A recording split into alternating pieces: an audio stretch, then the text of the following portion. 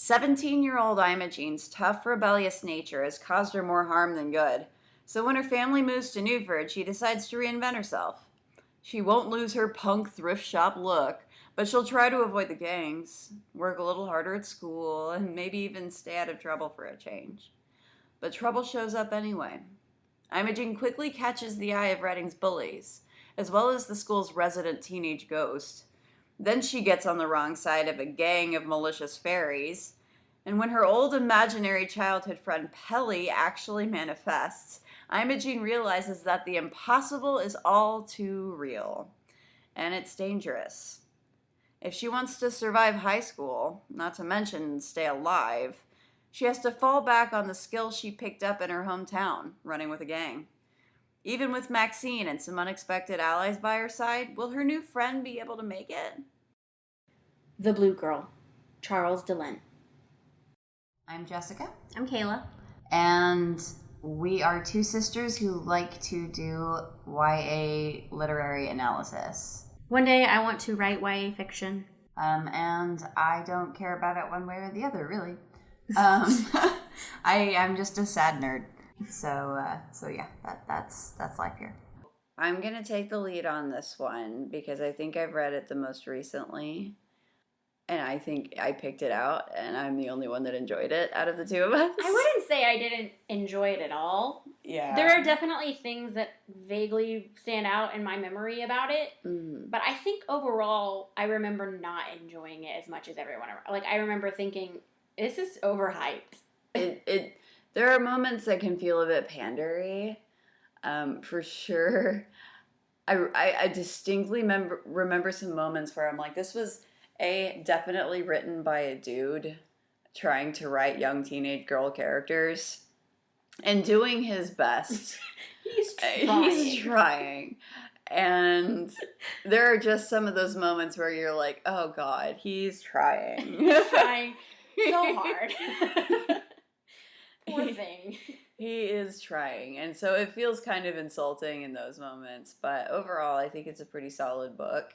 I really enjoy the main character quite a bit because I think I remember not liking her. I am a sucker for your standard punk rock protagonist girl who's out to fight. You're the punk rock protagonist. Because I'm not like the other girls, Kayla.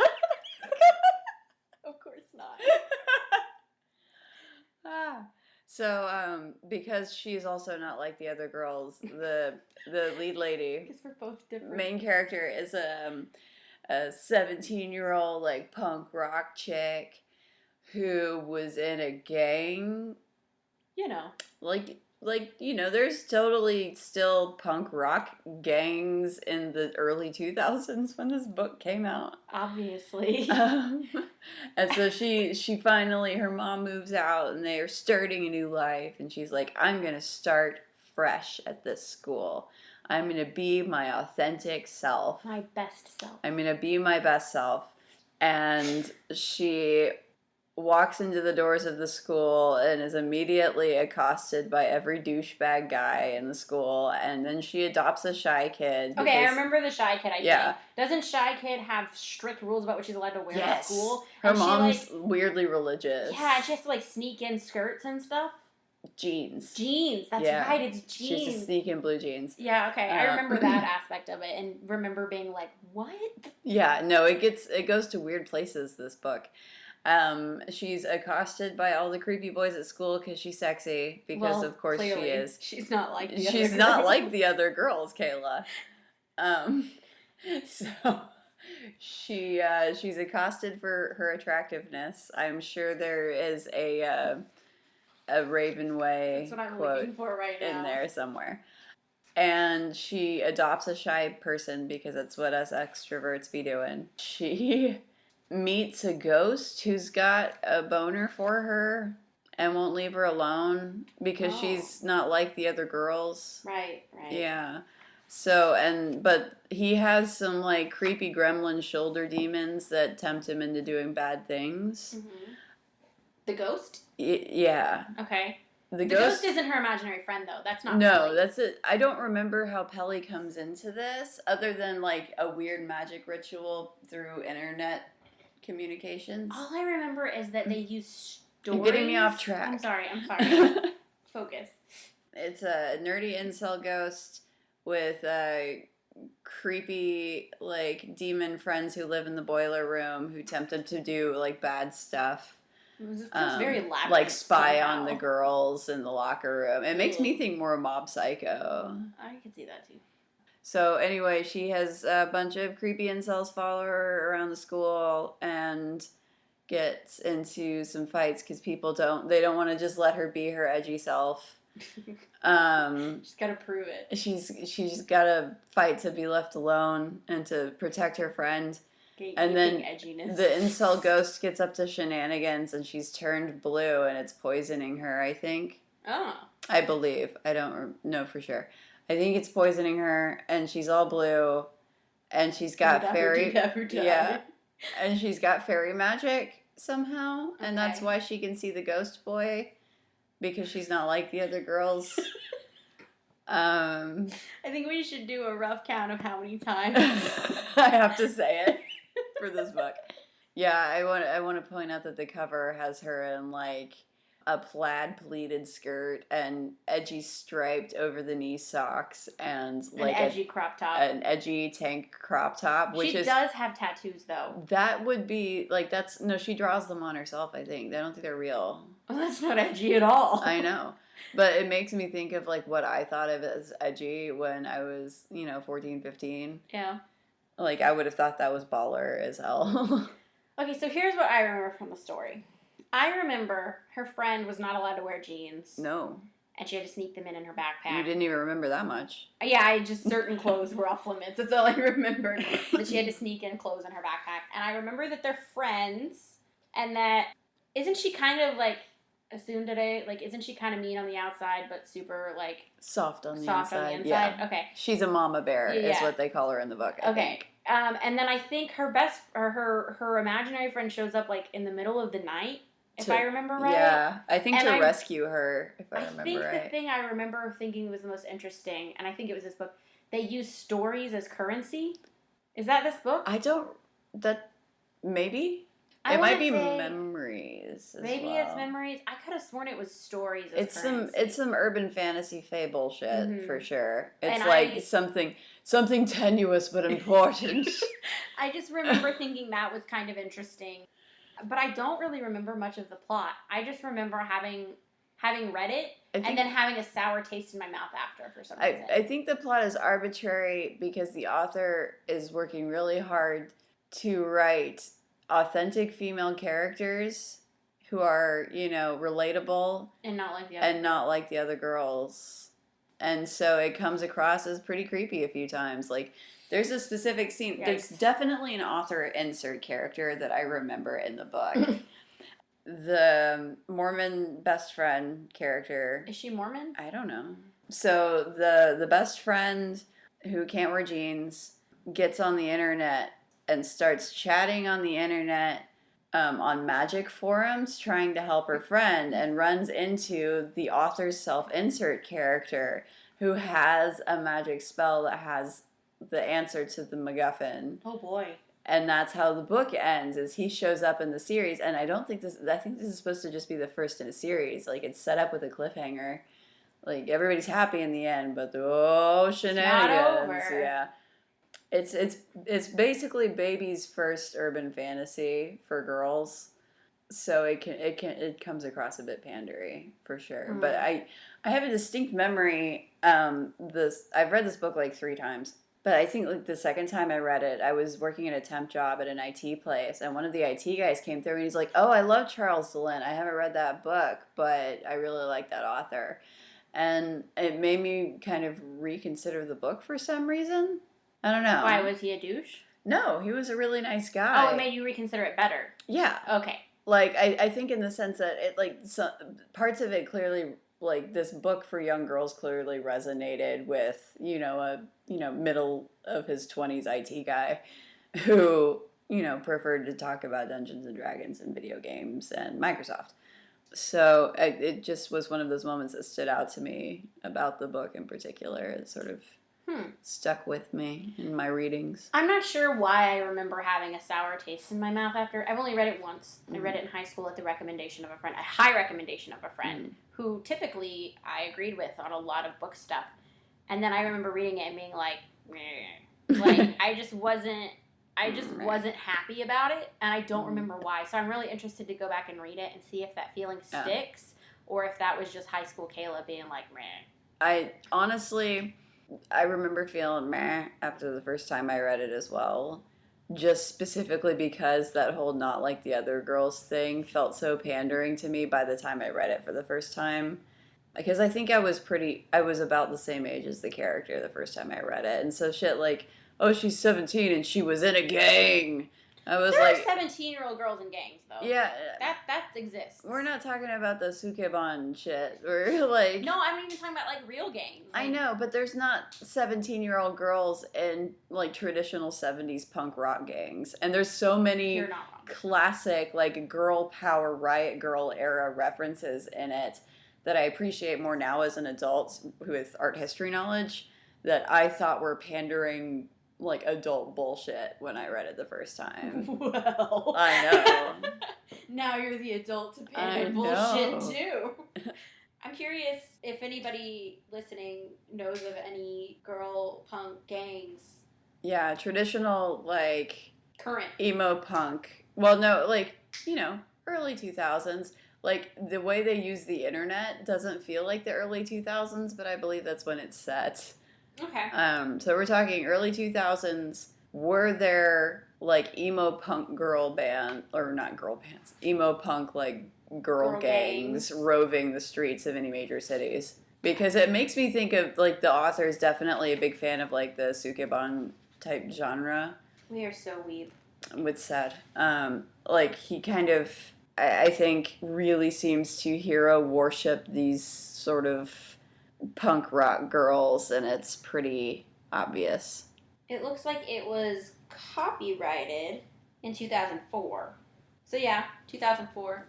It feels mostly set, like fresh. It feels set in the early 2000s. It's obvious the character is dressed to appeal to the early 2000s teen punk girl, like the emo kid girl like me.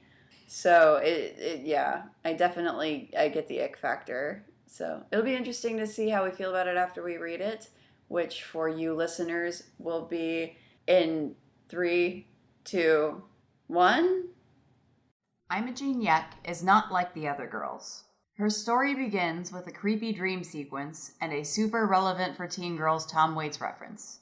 This is a good time to mention that the story is not told linearly. We begin the story in the present day for Imogen Yek, the protagonist of our tale.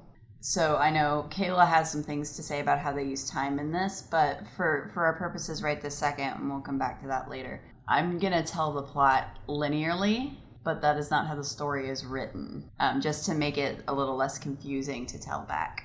Imogen and her perfect hot brother and her hippie mom moved to the town of Newford, which is somewhere in Canada, according to my research. It's a made-up town, and I did not realize they were in Canada. Yeah, I know. Well, it's sort of set in America. It's sort of set, like, the wiki was very... unclear. And I didn't care that much to research it that hard. Okay. Newford is the town where all of his stories in this kind of series is set. None of them have the same characters in them, I don't think. Or some of them do, but some of them are just like one-offs like this one. And it's just creepy urban fantasy things that happen in this city. On Imogen's first day of school in Newford, she meets her new bestie, Maxine, who she definitely has a big old crush on. I'm pretty sure she has a crush on Maxine. That isn't text, but it's the truth, which is what I wrote in my little script here. No, I honestly, I think the book would have been, 100 times better if they had just been like, yeah, they like each other, let's move on. Just get, I'm sure Jason's lovely, but I would have preferred they, slipped in a subplot with his, jock buddy, where they were just, gay together. I could have cared less about Jason, but I definitely think that that she had a crush on Maxine. For sure. So Maxine is our secondary protagonist. She dresses like an LDS church member and she loves to banter. She's pretty self-loathing, and she tells Imogene that she's the school pariah, and Imogene thinks that is lit. She also thinks it's an onomatopoeia.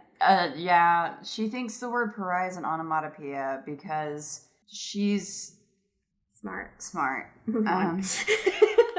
So later in the day, on her first day of school, Imogene makes enemies with the bully characters whose names don't seem to matter, and I had a hard time remembering because their nicknames change so often and they never use their real names except for like 3 times. So I will use the nicknames they used probably the most often in the book because those kept changing: Ken and Barbie. And Princess. She's Princess. Oh, yeah, but we'll stick with Ken and Barbie. That's easier to stick to. As you say that, I'm trying to remember their names and I can't. Right, exactly. And they have a bunch of dumb nicknames too that the main cast gives them. But Brent, that's the dude. Brent right. Is the dude. It doesn't matter. Anyway, she makes enemies with those characters who seem like they were ripped out of like a 1950s PSA for bullying. Like, it's wild how, like, one-dimensional these characters are. Oh, my God. So their subplot in the story pretty much doesn't matter. Them as characters don't pretty much matter beyond, like, being... Antagonistic, yeah. They're just lamp people for the growth of the protagonists. So I actually wrote in my tropes page later to lamp people because... There are 2 characters for sure who could just have been replaced with lamps and it wouldn't have mattered. Imogene stands up to Ken and his Soch cronies and introduces us to our tertiary protagonists. That's right, there are 3 protagonists in this book. We are introduced to Adrian the Incel Ghost. Adrian is the ghost of a kid who died in the 90s. All the kids at school call him Ghost because no one remembers his name and no one cared that he died, I guess, is the implication, because no one in this book is a human. He sees Imogene standing up to Ken and falls instantly in love with her, and he's pretty icky about it, and he stalks her around the school for the next few weeks, which prompts Imogene to go on a hunt to discover who he is and why he's stalking her. In the meantime, Imogene and Maxine's relationship deepens considerably. Imogene comes to really appreciate Maxine's friendship and encourages her to be more outgoing and dress more authentically and get out of the house more because Maxine has this overbearing mom.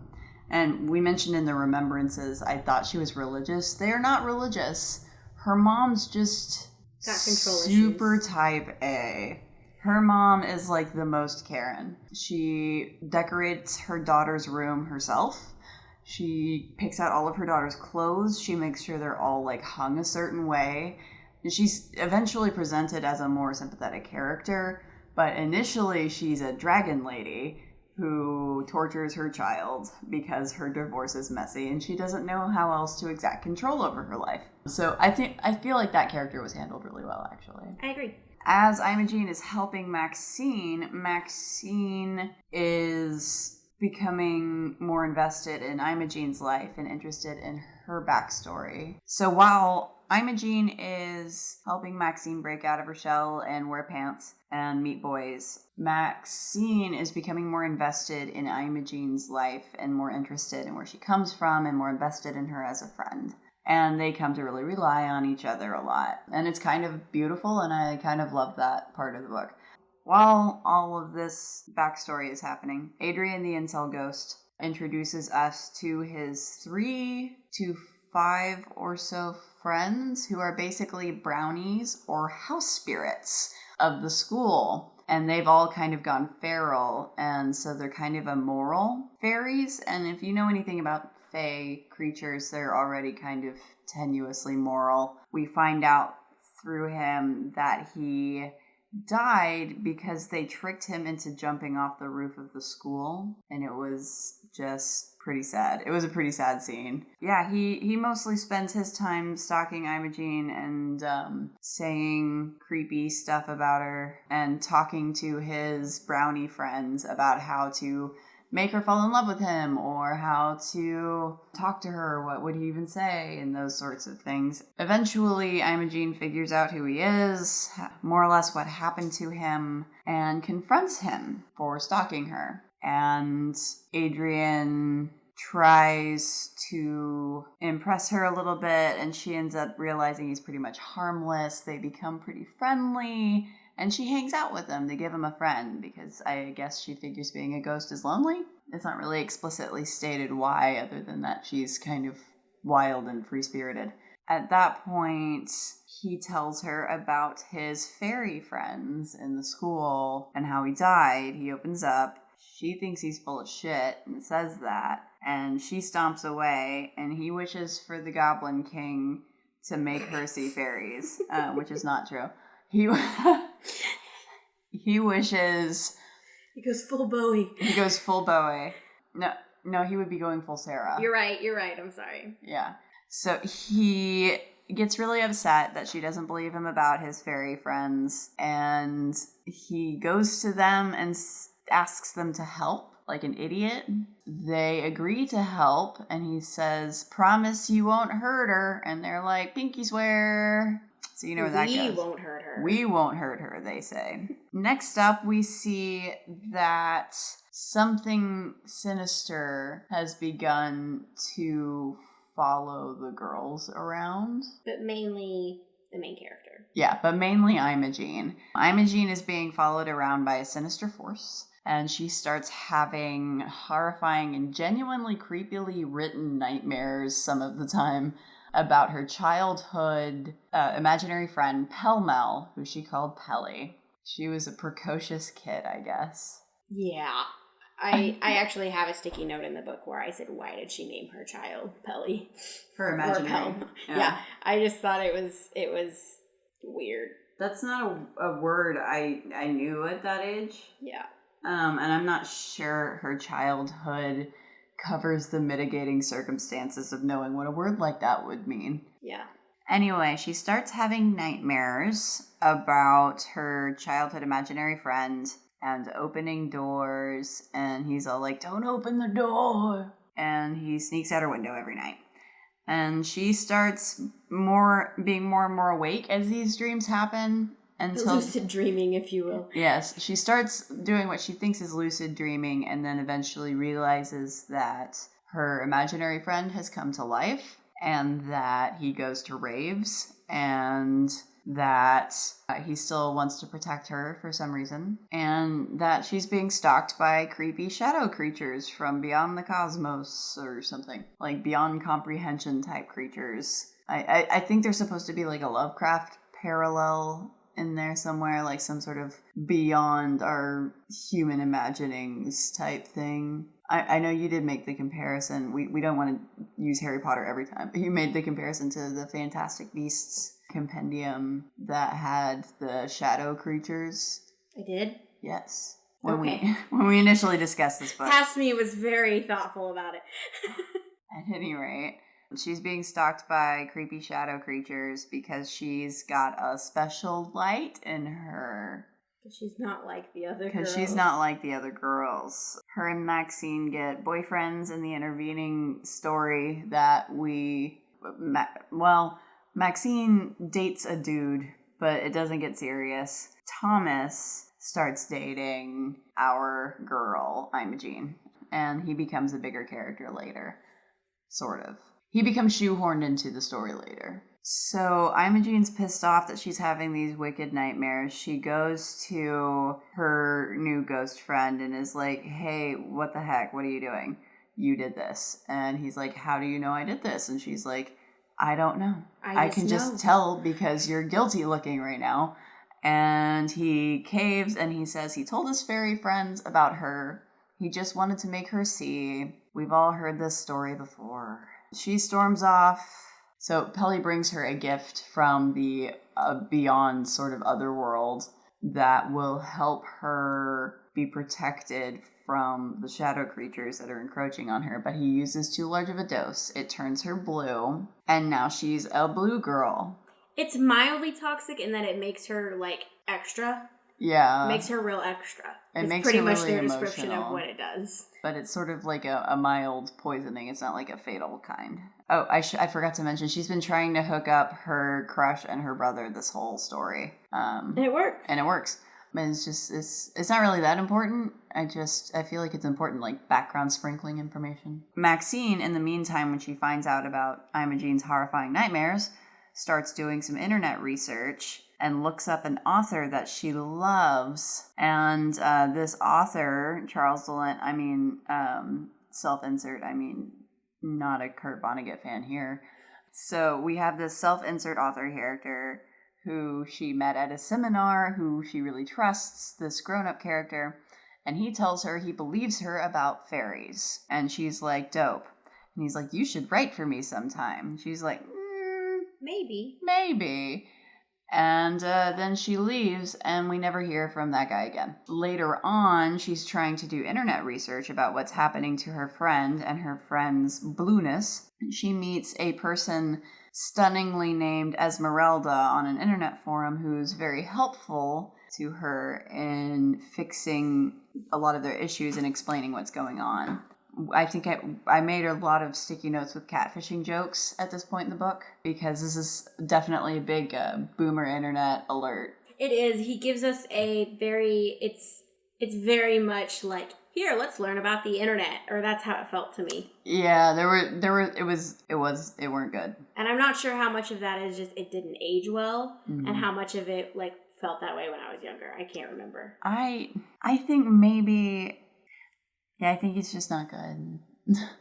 I remember thinking that then, and we even said something about it in the remembrances, like, I'm not super smart about computers, but I'm about as smart as any other millennial. And even back in the day, that was pretty rough to read. Yeah. Even back then, I'm like, there's not a name for catfishing yet, but when there is, I'll write it. I'm going to make a joke about it in my notes that no one will read, except for Kayla. Maxine irresponsibly uses the internet to contact a stranger who seems to have mystical powers and knowledge of the mystical arts. She gives us a nod to the recommendation of the author insert character, and lucky for us, manages to disappear right before the climax of the story, which is on Halloween. At this point, Adrian manages to finally discover that if he stands at the place where he died at midnight on Halloween, he can be a human again. He can be a real boy. It's not midnight. It's like a specific time, though. He has to be... Oh, at sunset is what it is. The sunset to sunrise. Anyway, he has to be on his grave at sunset. Not his grave. The place where he died at sun. This is so complicated. You would not be able to be a human for Halloween, Jessica. I know. Apparently, I'd just be a ghost. If you're a ghost in this universe... On Halloween, you go to the place where you died and stand there at sunset, and you become a real boy. And then you can go and do all the real boy stuff. So Adrian goes and makes himself sick on candy, and then tries to get stuff to rescue his friend Imogen, even though she's still mad at him. So he has a bit of a heel face turn, finally. I still don't love him, but whatever. We'll talk about it in a minute. We'll get there. So Adrian goes to save Imogen. On Halloween night, Imogen is blue. She wants to try to finish off these shadows following her once and for all, because there's not a way for her to get more of this vervain strain from the other world. And it cost Pelly, 2 weeks worth of stories already, which was a very expensive price, which I think sounds very silly. I like it. But just the way it's used in text is very silly to me. Yeah. But we can come back to that. So Pelly and Imogen and Maxine all go to the school, and they follow the advice of the catfishing stranger on the internet and lay out a bunch of clothes for the brownies and say thank you for all your cleaning and stuff. And what I thought, I know this is kind of last minute to bring this up, but the slightly racist characters, maybe? They felt a little, they made me go, what do you think? Which ones? The brownies.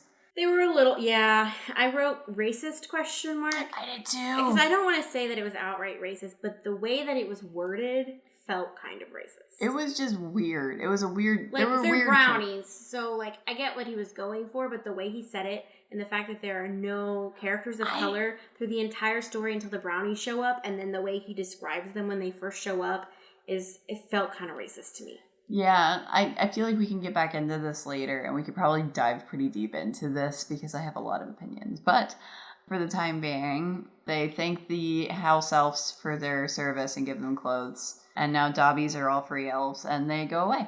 Meanwhile, Maxine and Imogene manage to get separated from each other. Maxine runs into Adrian, and they are ambushed by the shadow creatures in a boiler room like a couple of douches. And Imogene and Pell-Mell are racing to find them and make sure they're okay and enact their grand plan to destroy the shadow creatures when she sees something from the corner of her eye. And the next time we see her, she flings blue paint all over the shadow creatures of the nether realm that we're supposed to fear so desperately. And it makes them mortal enough to feel pain and suffer damage. And fear. So they kowtow to her demands, and they go away and slink back to the nether realm so they can take a shower. And the universe goes back to normal. And you'll notice I told that whole story without the Barbie and Ken subplot that happens in there. Because they don't matter. I will say the thing that I think needs to be mentioned is that Imogene, who has a very edgy backstory, is going to kill the shadow people, and Maxine stops her and makes them promise. And they actually make a promise with Maxine and not our main character. And I think that is important to take a moment to say. That's basic plot of the story, except for there's like a little addendum at the end where Adrian comes and gets Imogene in the night. He's like, hey, I think I'm finally ready, dude. To move on. And they go and they find a traveling salesman angel. And he goes to wherever ghosts go. And she's like, wow. And the angel looks at Imogene and goes, you're special, and then leaves. You're not like the other girl. And then leaves. And she goes and makes out with her boyfriend, and it's the end of the book. I'd like to go back to the very beginning. The book, overall, I'd like to say that I feel that the book is so pretentious. But it is so in your face about its pretension that with the moment that the book starts, it's a high schooler in the 2000s making a Tom Waits reference. And I had to stop. It's in like the first two paragraphs. Yeah, it's in the first paragraph. I have it written. Physically jarring to me to read that like in a sentence because here's the thing. I was an edgy teenager who was right in the like same age group that this character would have been in, and this character is so alien to me. Well, but I wouldn't say that all teenagers don't know Tom Waits. Like, no, I would say there are 17-year-old girls who listen to Tom Waits, and but like, we knew a lot of common reference for teen girls. That's the thing. Like, we knew a lot of music we shouldn't because of our parents, and I got the vibe that maybe Imogene was supposed to because of her parents, but that's not really going to translate to the audience the way that Dylan is hoping. It definitely comes across as more like, look at my cool references. And that happened a lot in the book. Yeah. Like, even his characters were almost all made of references. And don't get me wrong, like, we joked about, you know, Charlie Bone being not Harry Potter, but he legitimately, in his description of the ghost Adrian, who's one of our main characters, describes him as looking like Harry Potter, and then gives a couple of, like, precursor, like, and he kind of looks like this, but essentially he looks like Harry Potter. And it felt so lazy to me as a writer to just be like, oh, just think of another popular book that you like, and he looks kind of like that, but a ghost. Yeah, it was not my favorite. The book starts with a dream sequence that I could have written at 16. Okay, about the dream sequence and descriptions. I'm going to pair those together. Okay. I have to say that Pelly, in my mind, in the description that he's given in the book, I immediately thought of the first attempt at Sonic the Hedgehog, like the creepy Sonic that everyone's terrified of. Yes. All I can think in the entire book, every time they talk about Pelly and how he looks, is a giant first attempt Sonic the Hedgehog. That's hilarious. And so, in my mind, I call him Creepy Sonic. I noted early on in my notes that chapter 2 is a flashback. Did you have any other, like, chapter 1 notes? Like, early on stuff you wanted to bring up? Not really so much as, like, chapter 1. I did, talking about time, I don't know if we want to tackle that right now or wait. I made chapter 2 is how we get introduced to Maxine. So we've gone back in time to the beginning of the story where Imogen comes to Newford to be a student. And then we flash back almost a year and spend like several chapters. Yeah, like this. Let's go ahead and take a moment and talk about the way he uses time in this, because I'm not sure it's necessary, and it kind of adds to a theory I will like kind of expand on later. Okay. I think that he does he jumps around in time. I think he wants it to feel like a movie. Mm-hmm. He wants it to feel like, and then we're here, and then we're here, and like have those like flashbulb moments. Mm-hmm. But narratively in the book, it feels very awkward. There are several moments where I was like, why did he put this chapter here? And I understand what he was going for, like the effect that he intended, but it just felt really awkward. I think he was trying to channel some Tarantino. Yeah. And I think that we've both wrote in our dialogue something about it being Tarantino-esque. Like, I wrote, dialogue is very Tarantino-esque in its snappiness, because I'm also a shit. Yeah. Well, and, you know, like, we start the book with her dream and her going to Maxine about it. And then we flash back to her meeting Maxine, and we go through the entire process of her starting this new school. And then we don't even get to where we started in the book until page 131. Yeah. And I feel like that's so uncomfortable when we could have just started at the beginning of the book. You know what it makes me think of? It makes me think of the first episode of Naruto Shippuden, where they have that, like, flashback to where they're going to, like, rescue Sasuke, but we don't see that until, like, the end of the season. Yeah. And it just doesn't make any sense why they did that. Well, they wanted to get that sort of hype going of like, this is what's going to happen, and eventually we're going to get there. And I don't think that's always a failure attempt. Like, sometimes that attempt is really cool. I enjoy that in some aspects of, like, how did we get to here?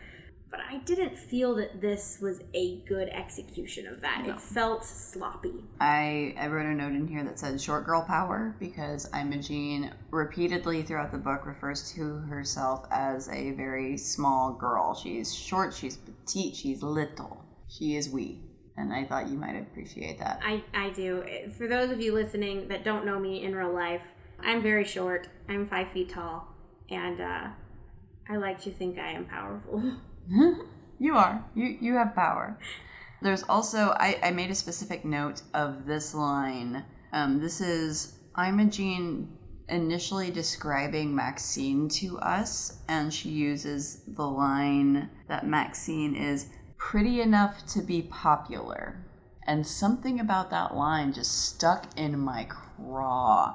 I cannot explain what it was about that line, because it doesn't make sense to me. Maybe like popular kids at my school were attractive, I guess. Most of them were, but not all of them were. Most of the kids at my school were popular because they had money so they could throw dope parties, and they all had really good grades, so they went, like, it was like we went to an academic school. Well, and I think too, like, the author doesn't really know what makes kids popular, and you can tell. Yeah. But I also, I think that ties in with her kind of having a crush on Maxine, and I actually highlighted a line that is, she has a towel wrapped around her head, which makes her look wonderfully exotic. Yes. And I wrote, male author alert or gay friend alert, because there are multiple times where she talks about Maxine, and don't get me wrong, like, I rave about some of my friends. Like, I'm some of their biggest cheerleaders, and I think my friends are gorgeous and all of that. But the way that she fawns over Maxine... It's very gay. You know, and I think he should have just let it go there and been okay with it. Yeah, I'm into it. I think it would have been a stronger story, maybe. Yeah, but even in saying, like, pretty enough to be popular, it definitely, once again, shows that the author's age. I think he's old. There is apparently... Another line I wanted to highlight that was kind of stuck in my craw is when she refers to Barbie, or Stephanie, I think is her name. I think it was like Vivian or something. Imogen's talking about herself and what the popular kids don't seem to like about her. And she uses this line, I was too smart and I showed it. Oh, yeah. And it's Maxine says something like that at one point too, of like they thought I was too like I'm just really smart, and they like it's very much like, okay, there's a nerdy guy in TV tropes, and he's just kind of like, I'm so nerdy and so alone, and people just don't like me because I'm so great. And then he goes into like his villain monologue. I kind of felt, I got that vibe from the author, not necessarily the character, but I felt like he was reading that into them a lot. And he had a very bad habit, in my opinion, of inserting his opinion into the text and trying to make the subtext text so that you're sure you know what his opinion is. And one of the examples of this was You definitely feel the hand of the author in this book. A lot. Not just because of his self-insert, which we'll get to in a minute, but multiple times he makes the subtext text. He can't just let it lie. Adrian, the ghost, he meets what he calls angels, which are people who are trying to convince him to move on into the next life. And he meets one angel who plays the fiddle, who he likes, and he's like, I like him because he doesn't try to get me to move on. He's just like chilling. And the way that it was written felt very much like the author reprimanding evangelical Christians, kind of. Yes. And there are a lot. Okay, so I did do a little research on him. Him and his wife are a little woo, from what I can tell. I think he's one of those people who's very much, I'm spiritual, not religious. I got that And vibe. there's certainly a lot of references to Christianity, he has written, I believe, Christian literature. So I think he's just kind of on the woo side of Christianity, and definitely... there's nothing wrong with that. No, but I don't want you to try and subtly tell me in the book that I'm reading that's not about I feel that. like as an impartial, like, atheist viewer, I can look at it and go, please stop hitting me with that. Well, I mean, I'm a Christian. I believe in God, exactly. and I have done missions and gone out and shared the gospel and all of that. And I understand where he's coming from, but it felt, and I don't necessarily have an issue with him reprimanding that, but it didn't fit. It wasn't shoehorned in. It was very shoehorned in. A lot of his opinions are. Speaking of, another line is perky shoes as a description. That one stood out. Also, I also wrote, like, as a general note, Baby's first Elizabeth Solander. This character, it's pretty obvious that Mr. DeLint is a big fan of certain types of literature and certain types of characters, and I am also a fan of those types of characters, like Elizabeth Solander from the Girl with the Dragon Tattoo series by Steve Larson. They are a favorite of mine, probably one of my favorite series ever, and I definitely see moments with this character that made me think of, like, Zack Snyder. It almost feels like Mr. DeLint missed the point in some parts of Elizabeth Solander's character. But I think that would just be maybe a wrong way to approach it, because that would be assuming that's definitely a thing he's referencing. But I definitely get the vibe he's also a Steve Larson fan. Yeah. Also, the big brother's name is Jared, not Jason. Sorry. Whoops. Their names don't matter. No. I mean, honestly, they kind of don't. They just super and, don't. You know, he with his characters especially, he wants to have his cake and eat it too. He wants characters that are their stereotype, like our mean characters who are just mean and they're just bad and they're just antagonistic and they're popular. They're easy and they're to write, so you can get them to do their jobs. Exactly. In the story. They are plot points. They're easier to make things happen if they aren't, like, more dimensional. And then you have, like, Ben, who is one of the few names I remember from the book, and one of the few characters I was, like, very interested in. You have who we Ben, never see except for, like, twice. Yeah. He's friends with her older brother, who is a jock, and not her brother, Ben is a jock, and she talks to him and she's like, not all jocks are like that. That's why you shouldn't stereotype people. And even I'm, like, guilty of that sometimes. And it's interesting because it says that she's one thing throughout the story, and then it will somewhere in the story just contradict that. Oh God, I have in order to make so many points. notes about that. And almost all of the characters fell into this, except for Maxine's mom, in my opinion. Interesting. I will say one that was particularly egregious to me, to the point where I went into my notes, was Imogene loves to banter. She loves it. She loves word games. She likes playing with puns and like using big fancy words and being silly with language with Maxine. And she literally says at one point in the story, let me make sure I have the wording right on this. Later on like page 131, Imogene literally says, "I hate when conversation becomes a game." And I found that very upsetting because it's obvious in the way she behaves in the text that conversation as a game is her goal and she enjoys it. There are moments like that where what the author is telling us is true and what the character is actually doing don't match up, and it's kind of confusing and stressful. He contradicts himself because he wants to have his cake and eat it too. He wants his character to be flawed, which I appreciate that he's willing to write flawed characters. And the characters are flawed, and he's open with that, and I appreciate it. But then he wants to go back and make their strength stronger and weaker. Like, he can't decide what he wants to do. And I think that comes across in that he wants them to be whatever they need to be in the moment for the point that he's trying to make. Honestly, I think it's an issue of theme. I don't think he knows what the theme of this story is. I don't think I know what the theme of this story is. I think the theme is supposed to be... Love yourself? Friendship. No. Maybe? I think it's supposed to be good friends make you better. I think that's supposed to be the theme. But am I wrong? It's like it's be brave. You have to dig pretty deep to get to any kind of like consistent theming throughout the story, and I think that's why the story suffers so much, because nobody has a point to what they're doing. You really have to have a consistent theme in stories, not always, but a lot of the time, in order to deliver the story more effectively and to make the audience feel like it had a point, you know? Yeah. Like, why did I read this? I'm not sure. Yeah, it just feels like it just happened and we were there. And we were preached at a little bit, maybe. Yeah. One of my notes in here is boomer alert. I just started writing boomer alert anytime I noticed something that was specifically definitely written by an old white man, to the point where it stood out as I was reading and broke my immersion.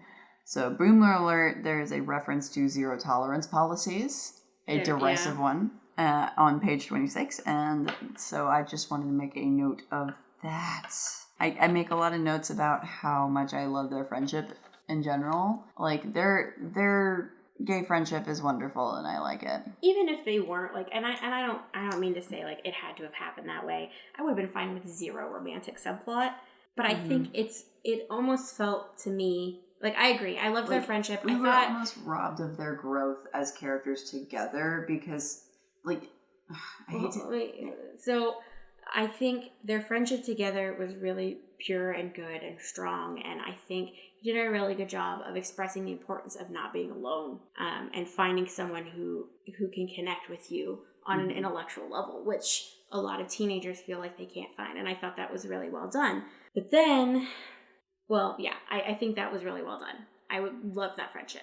Yeah. As far as the romantic side of it goes, I'm not saying necessarily that she was gay. I do think that there were hints that maybe he was thinking about going there, but then he was afraid to do it because then he shoehorned in a romance at the end. Minute. Like, oh no, she likes this dude. They really like each other. The straights get paired off at the end. It's fine. That's how it felt, kind of. Yeah, and I just... Or maybe like his publicist made him put in a romance, and he was just like, fine, here. Yeah, publicist is just too gay, fix it. I guess that's fair. It bothered me, I think, more on this reading than I'd noticed it before. I think it made me feel like we were kind of robbed a little bit of a richer story, because it almost feels like you're right, that friendship was the direction they were going in, or maybe a more love conquers all relationship might have been a direction he was going in. That might be giving him too much credit. I don't know. I mean, I'm interested in reading some of his other work. Like, because I have heard good things about his work, and he does have a very fervent fan base. That's true. I mean, I've only read this one book, so I don't know like him as a whole. Mm-hmm. I just felt the whole book felt sloppy to me. I don't know if it was rushed. It definitely feels not super tight. The characters are not very consistently written, except for maybe Maxine. I would say. I would say Maxine was written fairly consistently. There are a couple moments where she contradicts herself, but overall, you can tell that Maxine and Imogene are his favorites. Maxine because she reminds him of him or someone he knows, and Imogene because he wants to be her. Idealized, But Maxine, I think, is his favorite realist person. Yeah.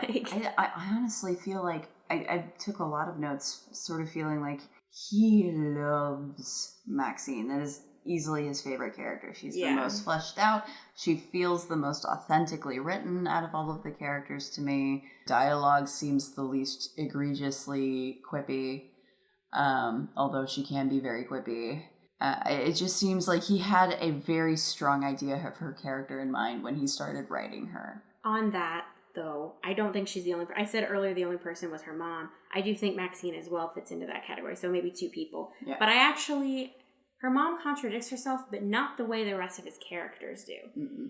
The mom contradicts herself in a way that mimics growth. And I think I liked her mom more than I was supposed to. Yeah, her mom was a really interesting character. Even at the beginning, even though she was like the dragon lady, I was interested in her mom. I think they spent a good amount of time kind of establishing who her mom was or what Maxine perceived her mom as, which is a very teenager way to think of things, of like, this is just how my mom is. Yeah. And then we get snapshots from Imogene meeting her mom in an unexpected way and finding out that her mom is actually trying really hard. Her mom, who is like super conservative and like controlling and doesn't let her daughter hang out with anyone who's the bad influence, learned who Imogene was way before we knew, before they even met, and wanted her daughter to have a friend and didn't want her to be lonely and decided to give Imogene a chance. And is trying... the advice of her therapist. Yeah. And is trying to be better and consistently throughout the book is trying to be better. And is. And like improves. You get these snapshots that maybe she has more of a history than has been let on. Mm-hmm. And that maybe Maxine's dad's a little bit more of a douchebag than Maxine lets on. Mm-hmm. And so I thought that while Maxine was given depth and not contradicted as much as the other characters, her mom, while contradicted the way that you're supposed to contradict characters. Yeah, she was very well handled, I thought. Like, I thought that was effectively done. Another boomer alert I had, which is any use of the word nerd in the book. I wrote a boomer alert. It's bad. This fellow does not know what a nerd is. In the modern colloquial sense, or how to apply it in a sentence. That's okay. Not everybody has all of God's gifts. I loved the family dynamic that Imogene and Jared and their mom had. I did too. I thought that was a really unique choice to make them not a broken family, but still an interesting kind of blended family. And a non-conforming family, I guess, like an atypical family. So Imogene's parents are second generation commune dwellers, and so Imogene and her brother were born on a commune, and her parents moved out after the commune was shut down, and before it was shut down, because it was getting a little scary, and Imogene's mom, at this point in the story, or at the beginning of the story, has moved out of their dad's home to go to college, to go to medical school, I think? Just back to school, I don't remember. Yeah, just back to college. She's in college, and her dad spends all of his time on the couch smoking weed. And her mom and dad talk to each other like once a week for like 3 hours and just like hang out and chat. And that's like her family. Yeah, for the most part, I liked their dynamic. I don't want to be like judgy, but I did have some opinions on her mom.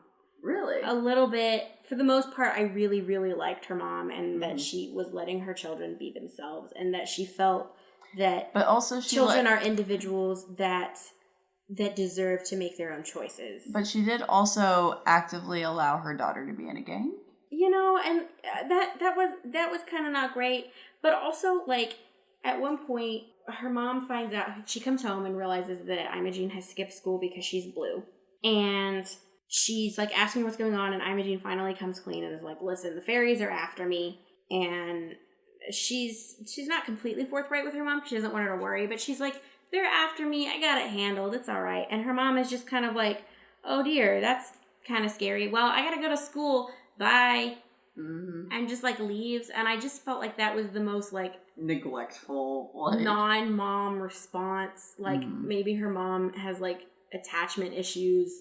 I just, in that moment, I was just kind of like, if their relationship is as strong as the book continues to say it was, I just didn't see her mom being like, well, I better get to class, because I just don't think any mom would do that. Well, I mean, moms would do that, stuff is important, but, and it's not like she doesn't believe her and goes to class. Her mom expressly believes her and has seen Pelly, her imaginary friend, and knows that this is all real. And it's basically just, I hope you don't get eaten by shadow demons. Bye, sweetie. Yeah. Yeah. And it doesn't matter how much she underplayed it. It just didn't feel natural to me. Well, moving on from that. Yeah, sorry. I needed to say it. We've made it to page 35 in my notes. Wow. I know. This author seems to take issue with overt displays of traditional femininity. I noticed. Yeah, I would agree with that. He speaks exceedingly critically about the feminine things that Maxine's mom likes, about skirts. There's a lot of woke language in this book, but it's often contradicted by like the descriptions of rooms or like the descriptions of outfits or people. Yeah. And it's, even though those are descriptions in some of the characters' head, because this book is in first person for the most part, it just comes off a bit judgy. Yeah, and I think it would maybe feel a little less judgy and a little more character-y if it was just Imogene. Mm-hmm. But it's all of the characters that and have they these all sort of kind of speak with thoughts. that same voice. Yeah, he has some trouble with voice, I think. Yeah. But yeah, that comes up with multiple characters, the way that they think of, and it's not just one character that feels that way. So now we make it back to my favorite part of the analysis, and I didn't bring this up in the plot description because I forgot, but we get to talk about the Emmy Jean story from the book. Oh my gosh. Oh my gosh. He makes the subtext text so he cannot stand the idea that his readers might not get fully what he's trying to say. Yeah, I wrote in my notes, CDL, my dude, stop saying the moral out loud. Yeah. So Maxine, sometime in the story, asks Imogene, what makes you so... Not caring. Not caring. What makes you so not like the other girls? Why do you not care what other people think of you? And her response is to tell a fable. Or, like...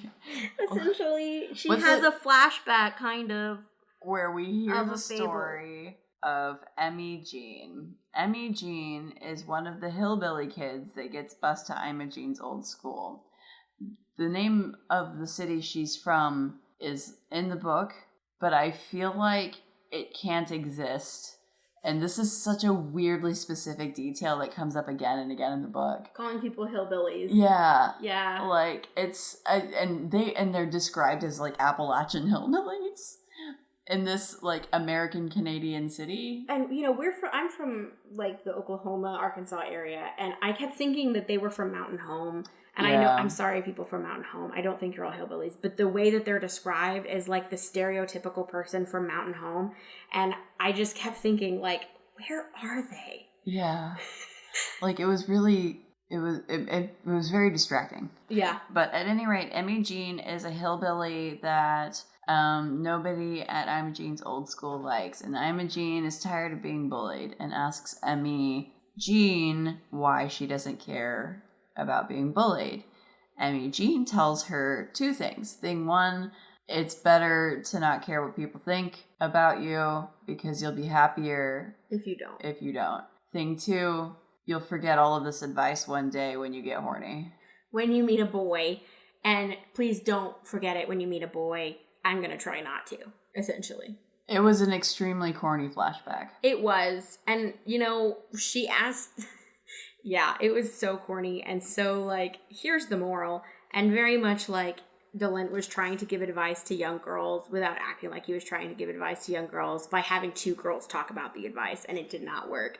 But also, I kept thinking, Maxine was like, how do you not care what people think of you? And then Imogene went up to what's her name and was like, how do you not care what people think of you? And I thought it was just going to be a string of flashbacks of people. Like, it wasn't. But in my mind, I was like, here we go. This is going to go on forever, like I'm in the Twilight Zone. Another thing I wanted to draw attention to is that there were a few moments in the story. I wrote this one in particular, was page 45. I was like, time to move the plot along, choo-choo. There was a line of dialogue designed to cut off the chapter. Pacing. Yeah, so the pacing felt more natural, which leads me into pacing, which in this book is a bit of an issue. It has a really bad pacing problem. Go ahead. Part of that is the chapter length. Yeah. The chapter links are weird, and then not just that, but because he flashes back and forth and around, it's hard to tell where you're supposed to be tension-wise, which can create a sort of feeling of, like, how am I supposed to feel right now? Like, where am I in the story? And, it was like, okay, we flash back, and we learn how she met Maxine, and then we flash forward to where she's having bad dreams, and then we flash forward again, and, oh, it's Halloween. Like, it was very... They talked about Halloween coming up, and then I was like, wait, what?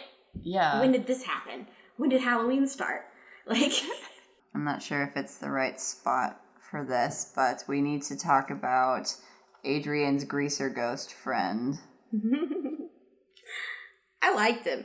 The next place in my notes is I just wrote Mr. Vanderspank, lol.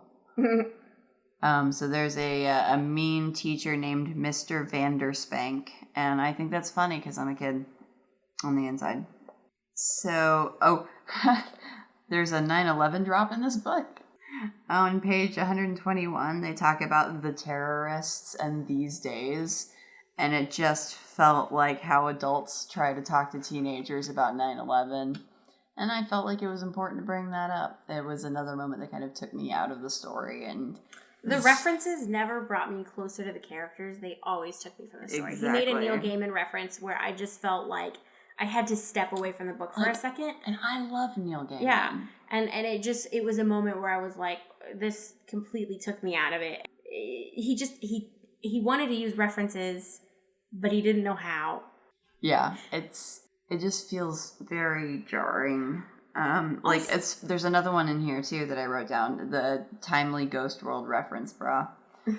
Like, I just don't feel like Ghost World in 2004 was that popular with 17-year-olds. I think the idea was to make them seem like the smart 17-year-olds because they went and saw Ghost World. And the conversation they have about that movie afterwards was less than deep, in my opinion.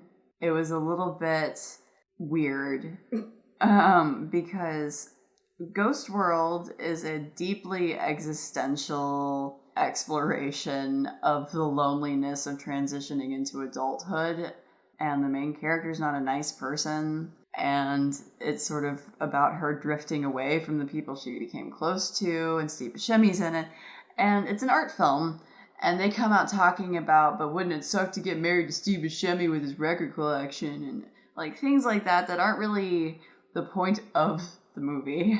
And it just was like jarring. Maybe they didn't get it, but they didn't want to admit that they didn't get it. Exactly, and it was. I'm not sure if that's authentic to teenagers. It is, and here's why. And because here's the thing that I actually really appreciated. I thought he did a really good job of capturing the teenage fear of being perceived as stupid or as ignorant. Yeah. I know me as a teenager, and my perception of you as a teenager is we were both very deeply terrified that people were going to perceive us as less intelligent than them or less intelligent than we felt that we were. Mm-hmm. And most of my friends were like that too, whether they be like preppy, popular kids or, the scene kids. I guess it's scene now. It was emo when I was a kid. But point being, we were all so afraid of being perceived as unintelligent or lesser intelligent. And everybody, I felt, wanted to seem like they knew everything.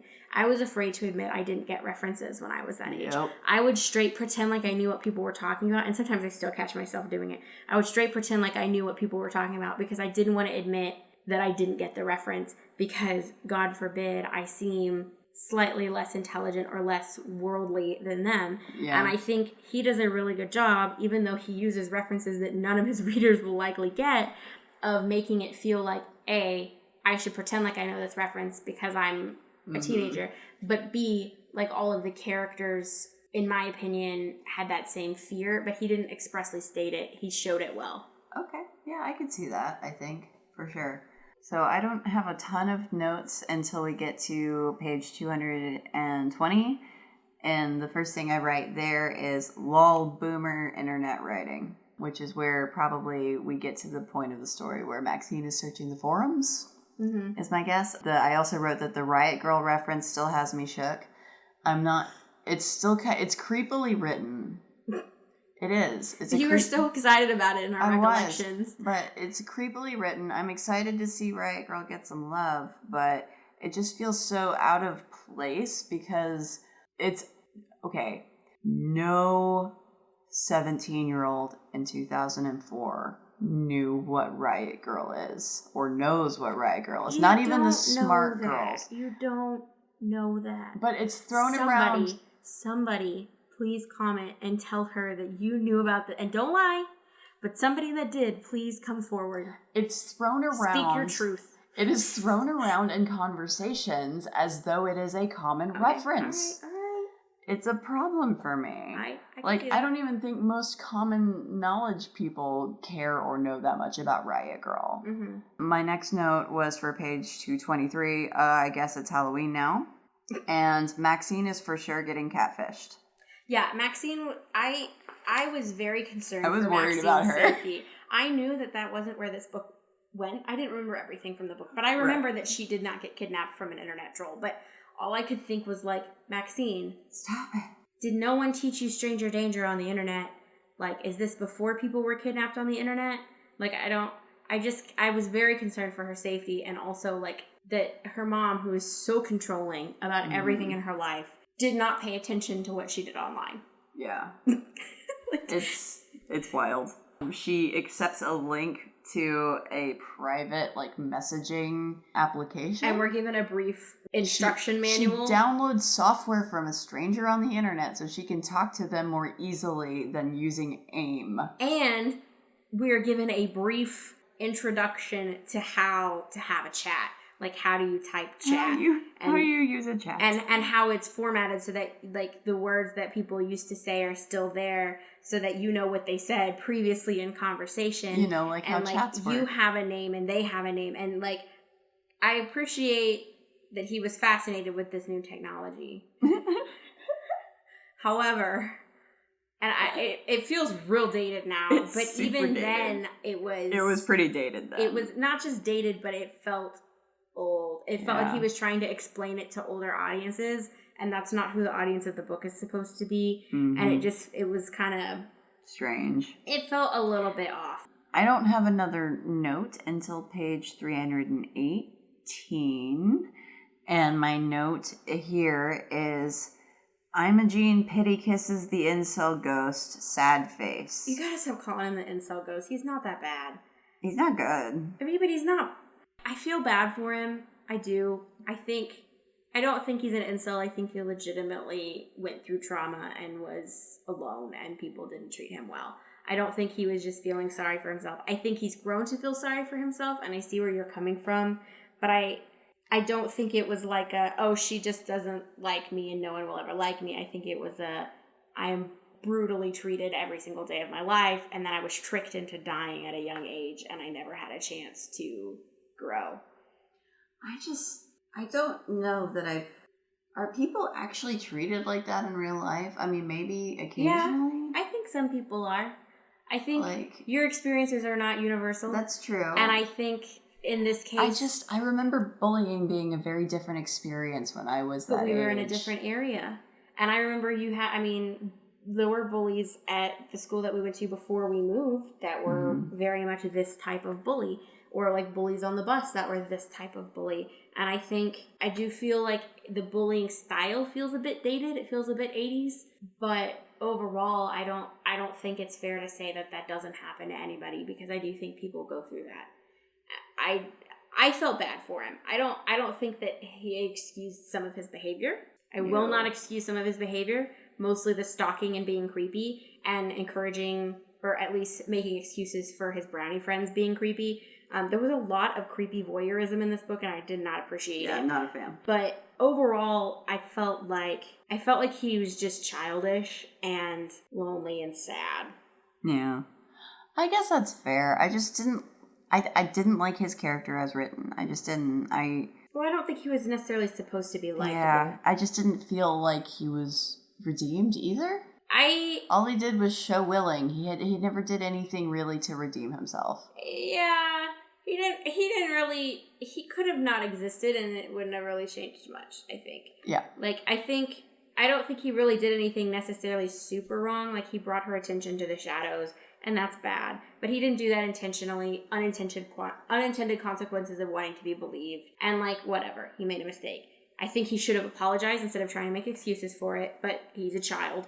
And overall, I think all of that, he could have 100% not existed, and she could have just come to attention of the brownies, and they could have just done everything that they did, and like she could have offended them, and it could have just gone from there. Like I didn't really feel like I understood. I'm gonna add another lamp person to my list here. Hold on. I understood why he existed, but I don't understand. And I thought he was an interesting bridge, but he just didn't really make an imprint on the book. It felt like he needed... Which is kind of meta. Yeah. But it is a little, and I feel bad for feeling that way because he's supposed to, but yeah.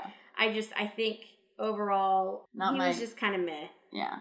Page 334, I wrote Dance Party because they all go dancing at a club And my only other note that I have from my actual reading is that the last page makes me want to retch. It wasn't great. So, we find out that they meet these guys and they are kind of hanging out with them. And Maxine moves on and starts dating Imogene's brother. And that's all well and good. And Imogene kind of has a boyfriend. And she's just kind of like, he's kind of around. Sometimes we make out. It's not really a thing. And then help in the she story. goes to him for advice because of his lineage.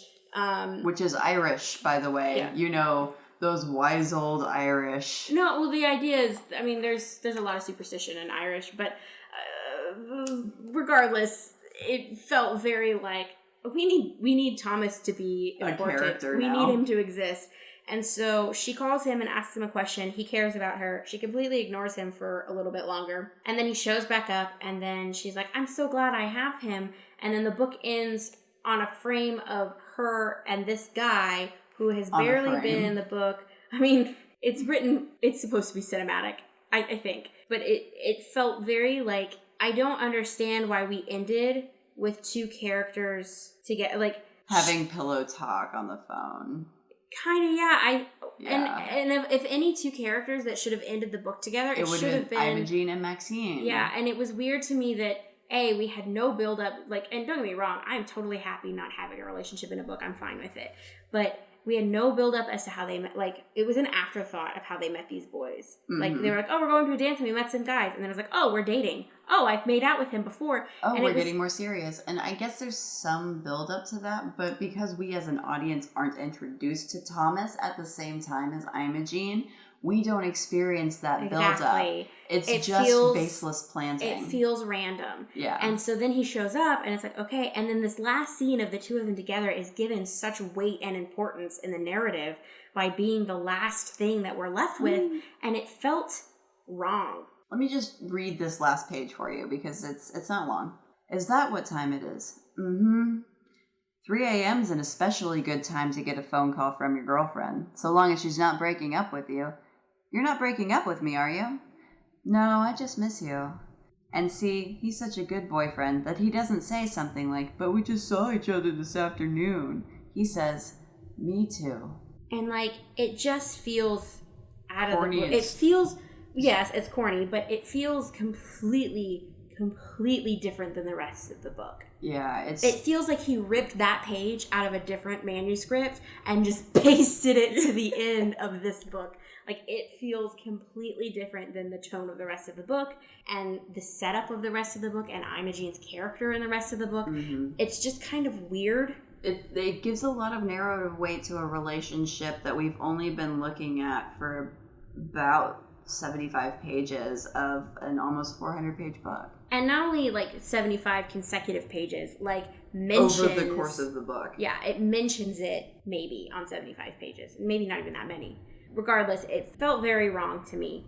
And if it was a story about friendship, why didn't we end with the two friends?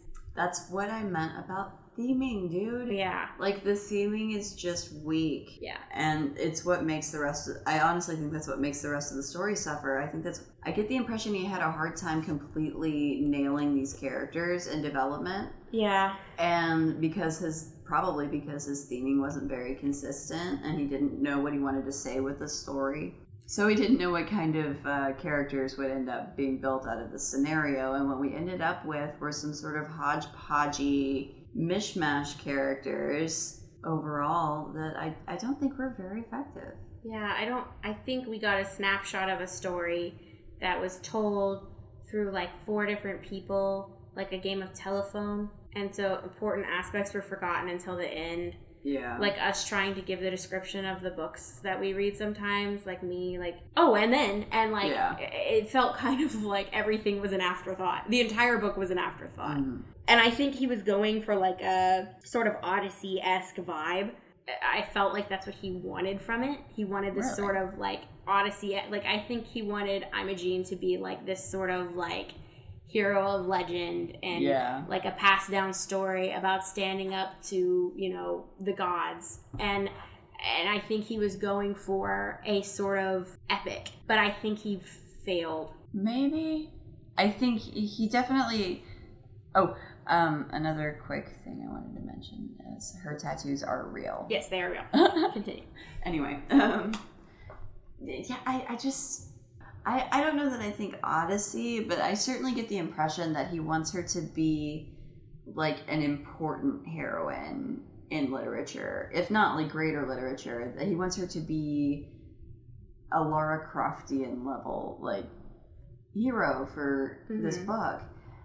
Or at least on that level of like she's that special, because it feels very clear by the end of the book that we're being set up for a sequel. But then I don't think a sequel ever happened. No, I don't believe so. I'm looking forward to reading some of his other stuff. I think I would read some of his other stuff if pressed, but I'm not going to go seeking it out. I will say I did like his writing style. As much as I wasn't a big fan of the book. It's an enjoyable read. It's compelling. His style is very compelling. His style is engaging. Yes. It's simple to read. Mm-hmm.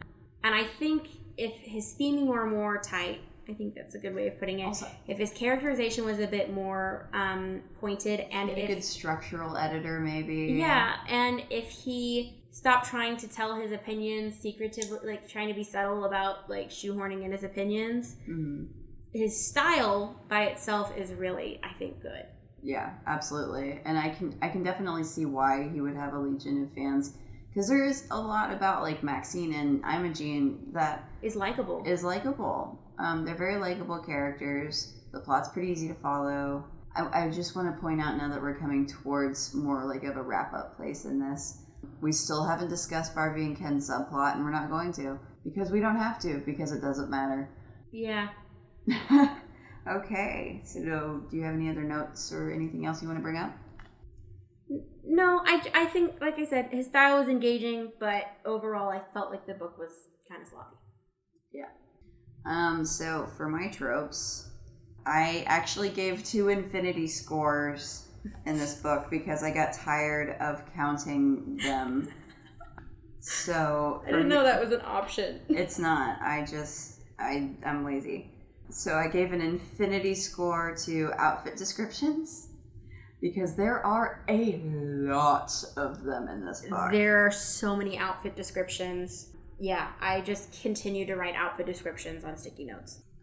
The next infinity score went to not like the other girls, boys / they're an outsider. Yeah, not like the other girls got a lot as well. I just kept thinking like, because I'm not like the other. If you just like end half of their sentences with "because I'm not like the other girls," it would still make sense. I put a -2 for puberty symbolism because puberty references are explicit in the book, which is the opposite of symbolism. Yeah. And the ones that do seem to be like coming of age symbolism, like her turning blue, those are a little weaker, I think, as symbols. I also wrote there seem to be a couple of mentor characters. There are 3 lamp people, at least 2 MacGuffins, and I put a love triangle question mark. No, I don't really feel like. Oh, maybe I don't know. Maybe question mark. We'll leave it as a question mark. Because Adrian for sure thirsts for Imogen. I don't really think that constitutes as a triangle. I was thinking more Maxine. Or, you know what? Yeah, I'll take that too. Question mark? Yeah, and I also, I had 2 mean teacher tropes because this is something that we added because of this book. I need to get those extra tropes in my paperwork. Yeah, teachers are mean in YA fiction. And They're jerks. I don't get me wrong, I've had some rough teachers, but not all teachers are mean. In fact, a lot of teachers are not mean. And so we've added that as a trope, and I have been guilty of that in some of my stories of having just arbitrarily mean teachers or like authority figures, but this book had a really bad case of mean teacher. Yeah, there were lots of mean teachers that didn't care that their students died, like completely unrealistic monsters. Yeah, at least they would try and like put up appearances, I feel like. Yeah, so I think I undercounted because I missed some of those, but I think I got a total of 11. I didn't really total anything. You just brought out the ones you saw the most. The ones I saw the most were outfit descriptions and not like the other girls. Yeah, those were both pretty egregious. Although I will say I give outfit descriptions somewhat of a pass in this sort of area of YA fiction because I was obsessed with fashion and what people wore when I was a teenager. Not necessarily even like in a popular kid way, but more in like an academic way. I loved fashion. That's not what this was. Yeah. It's not what it was. It described outfits in a way that nobody describes outfits, which is what the trope is. Nobody sits and describes outfits like that. That's true. It's one thing to notice outfits. It's another to describe outfits the way that this book describes outfits. That's also true. Yeah, it's pretty egregious. It's a problem. Also, this isn't a trope at all, but I forgot to say it, and I have to say it. We go into much, much fairy lore, and not once do they use the word fae. Nope. That is all. I'm moving on. We can move on. All right.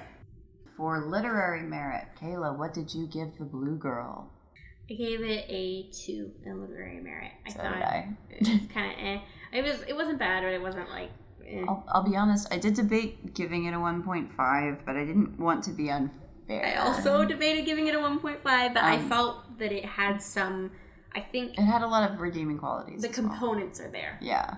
It just really needed a good structural editor. It just needed a few things to really punch it up into a good book. Yeah. I put a 4 for my fun factor. Oh, I did 3 for entertainment. I was entertained, but I was also taken out a lot by some of the glaring issues. I found those entertaining. If I'm being honest, I had a lot of fun, like being aghast at you via text message at some of the stuff I was reading. It was like Maury. Personal opinion? I gave it a 2.5. I gave it a 3, which is a bit higher than Charlie Bone. I was surprised that mine was a bit higher than Charlie Bone, actually. Mine is higher because I enjoyed reading it more.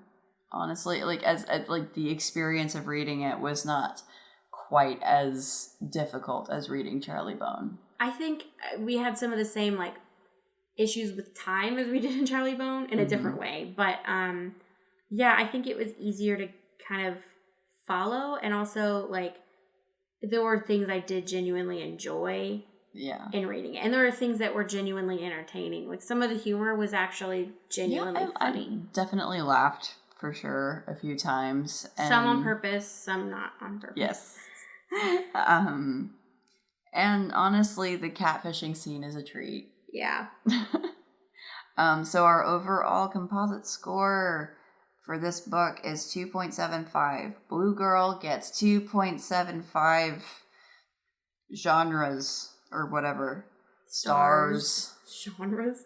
I'm thinking. I'm trying. I'm trying. Yeah, I think. Yeah, it was. It gets 2.75 MacGuffins. How about that? So that means by our merit, it's kind of meh. It might be worth a read if you're bored or you seem particularly interested, in our opinion. Or if you're really into, like, fairy culture. Yeah, like, if you like urban fantasy and you just need to scratch an itch, it's a really fast read. I think I knocked it out in a day. Yeah, it took me about a day. Yeah, and it's a fast read. There's a lot of fun references. Get a lot of funny boomer weirdness. Yeah. And Charles DeLint did some internet video interviews, and he seems like a pretty nice guy. So you can probably give him your money in good conscience. Yeah, but overall, I didn't check that hard. Overall, I'd say meh. Yeah, I'll give it a meh. I'm happy with that. What do you? It's meh. If you decide to read it, let us know what you think. Or if you've read it, let us know what you think. Yeah, we'd love to talk to literally anyone on any of our social media platforms, which are all in the links. All the links are in the description of the podcast. We're on Instagram and Facebook and Tumblr and Twitter. So on any one of those, you can reach out and we'll let you know. We're y.a.sisterhood or y.a.